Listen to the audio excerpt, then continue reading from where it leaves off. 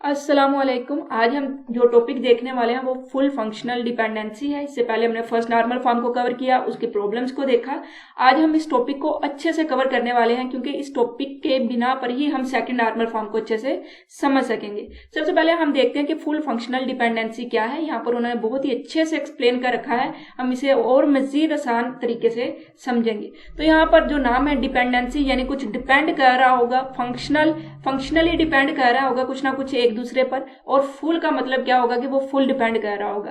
तो यहाँ पर तो सिर्फ मैंने इसका आपको तर्जमा करके दिया है, अभी जब हम समझेंगे तो फिर हमें कंसेप्ट की समझ आएगी। अब उन्होंने कहा कि यहाँ पर एक रिलेशन है, जिस रिलेशन में एक एट्रीब्यूट बी है और एक एट्रीब्यूट ए है। यहाँ पर उन्होंने कहा जो ए है वो एक एट्रीब्यूट हो सकता है या एट्रीब्यूट का सेट हो सकता है, यानी ज्यादा एट्रीब्यूट को उन्होंने ए का नाम दे दिया और एक एट्रीब्यूट को उसने कहा कि वो बी है। अब उसने कहा कि एक रिलेशन के अंदर है ये दोनों, जो कि आर है।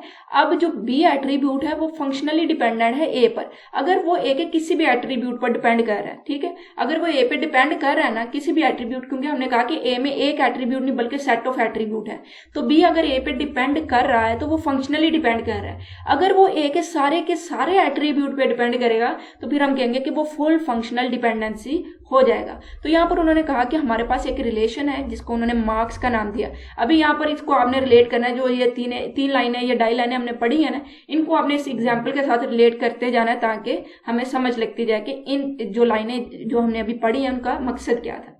तो यहाँ पर उन्होंने कहा कि हमारे पास एक रिलेशन है मार्क्स नाम का, यानी यहाँ पर ए आर है, यहाँ पर मार्क्स है। अब हम एग्जाम्पल समझ रहे हैं तो रिलेट करना बहुत ज्यादा जरूरी है। अब मार्क्स के अंदर यहाँ पर उन्होंने एट्रीब्यूट बता दिए कि यहाँ पर रजिस्ट्रेशन नंबर है, सब्जेक्ट है, मार्क्स है, यानी ये जो मार्क्स रिलेशन था इसके अंदर ये इसके एट्रीब्यूट, इसकी प्रॉपर्टीज हैं, जिसमें रजिस्ट्रेशन नंबर है, उस रजिस्ट्रेशन नंबर के साथ जो एसोसिएट है उसका सब्जेक्ट क्या है और उसके उस सब्जेक्ट में मार्क्स कितने हैं। अब यहाँ पर दो चीजें रहेगी जो हमने अभी ऊपर पढ़ी। एक हमने पढ़ा था कि एक तो एट्रीब्यूट का सेट होता है और एक हमने बी पढ़ा था कि एक बी एट्रीब्यूट है, लेट किया। तो यहाँ पर हमने कहा कि जो बी है ना वो यहाँ पर हमने मार्क्स समझना है अभी के लिए एग्जांपल में, कि एक एट्रीब्यूट बी है जो कि इनमें डिपेंड कर रहा होगा। अब हमने देखना है ये फुल फंक्शनल डिपेंडेंसी है या पार्शियल है या सिर्फ फंक्शनल डिपेंडेंसी है, ठीक है।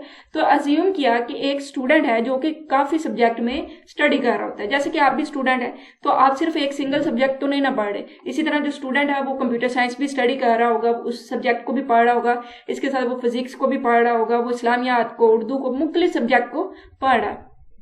तो इतनी तो आपको समझ में आ गई होगी कि जो एक स्टूडेंट है वो काफी सब्जेक्ट में स्टडी कर रहा है।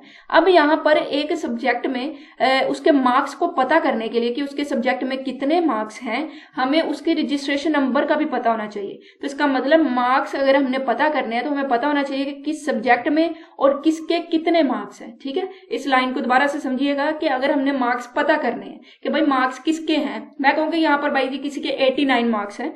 अब आपने कहना कि किसके मार्क्स हैं, तो हम कहेंगे भाई उसका रजिस्ट्रेशन नंबर ये है। हमने कहा ठीक है उसका रजिस्ट्रेशन नंबर ये है, लेकिन वो तो काफी सब्जेक्ट पढ़ता है, किस सब्जेक्ट में 89 मार्क्स है, तो फिर हमें उसका सब्जेक्ट भी बताना पड़ेगा।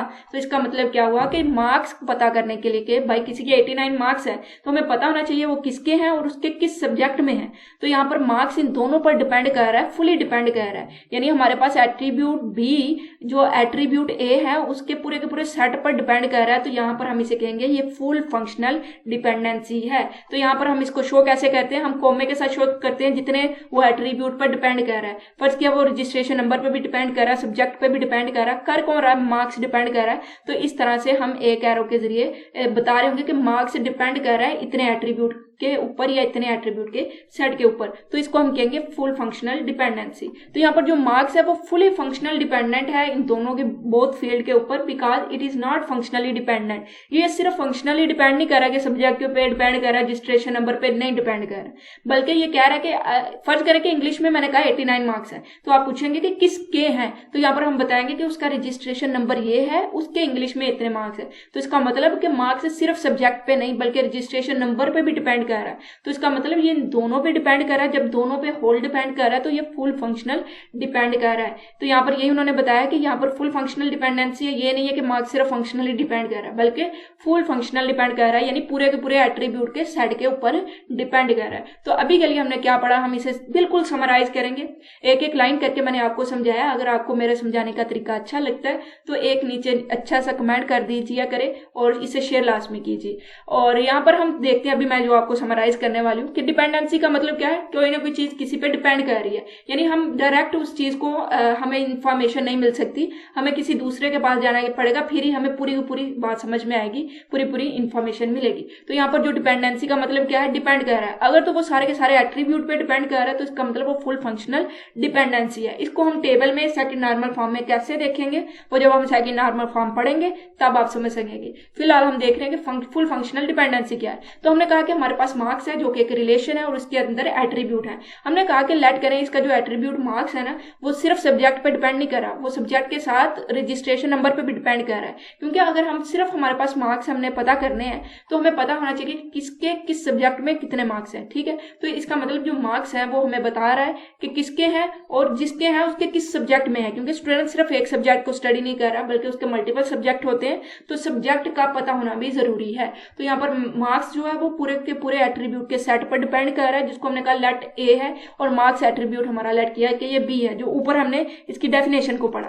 अब ये एग्जाम्पल के साथ हमने इसको रिलेट किया, तो इसका मतलब क्या हुआ कि जो मार्क्स है वो फुली फंक्शनल डिपेंडेंस है इस हमारे एग्जाम्पल के ऊपर, तो इसको हम फुल फंक्शनल डिपेंडेंसी कहते हैं। आई होप आपको इस कंसेप्ट की समझ आई होगी। कहीं पे भी आपको कंफ्यूजन है तो आप नीचे कमेंट बॉक्स में बता सकते हैं, और सब्सक्राइब लाजमी से कीजिएगा। और इंशाल्लाह अगली वीडियो में हम सेकंड नॉर्मल फॉर्म को कवर करेंगे। तब तक के लिए अल्लाह हाफिज।